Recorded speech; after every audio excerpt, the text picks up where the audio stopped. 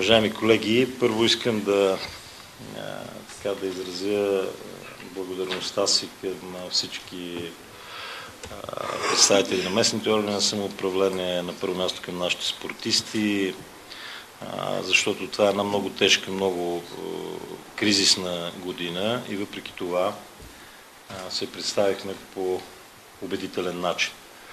Известно е, че мотополигона Горна Росица е номер 1 в света.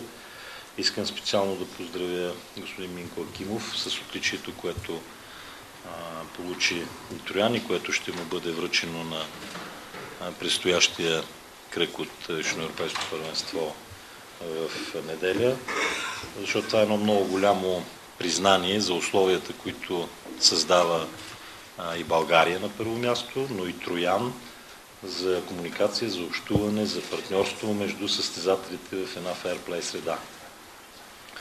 Успешна година и от гледна точка на представянето на нашите състезатели. Аз винаги съм казвал, че за нас, разбира се, изключително важно да съхраним, да утвърдим България като организатор номер 1, като най-добри трасета в света.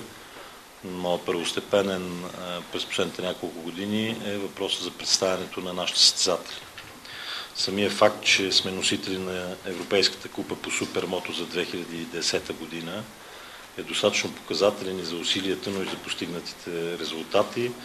В SM Junior Цонко Пеев, в S3 Антонио Тодоров, в S Open Ангел Караньотов и в Европейската купа на нациите България е победител с аванс от 201 точки. Пак казвам, това сам по себе си е един огромен успех в една много тежка, много кризисна година.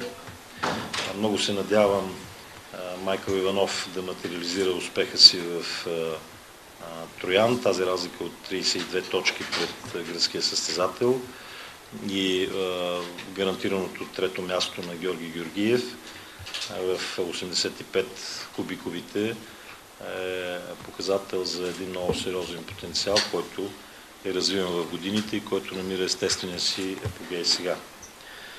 Искам да поздравя и Петър Петров с възможността тази година да се покаже и пред българска публика, защото състезатели като него са ценност за всяка една държава и съм сигурен, че той ще продължи успешното си представяне. Да пожелая успех от сърце, разбира се, и на Ники Куманов, който го заслужава с цялостната си кариера до сега. Още веднъж искам да поздравя кмета на Севлиево, Дан Стойков, да поздравя и Минко Акимов, кмета на Троян, защото без тяхните усилия като ръководители на тези общини България нямаше да има възможността да се радва на такива сериозни успехи и мисля, че отличието на Троян е напълно заслужено.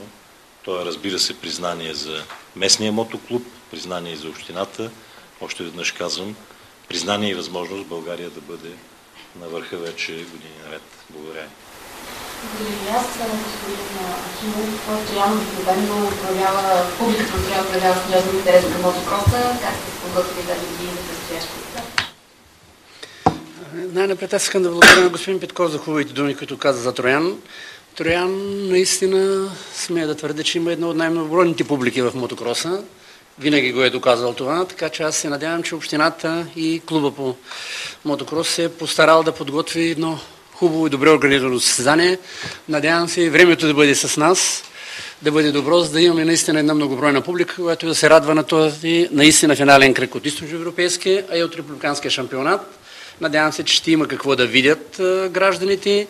Затова аз искам да поканя още веднъж всички спортни журналисти и всички граждани на България да присъстват на тия хубави състезания.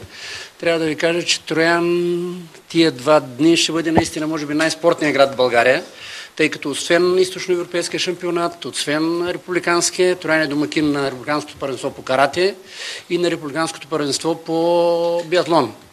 Така че в Троян в тия 2 дни наистина се провеждат много състезания. Ние сме домакини и на трите.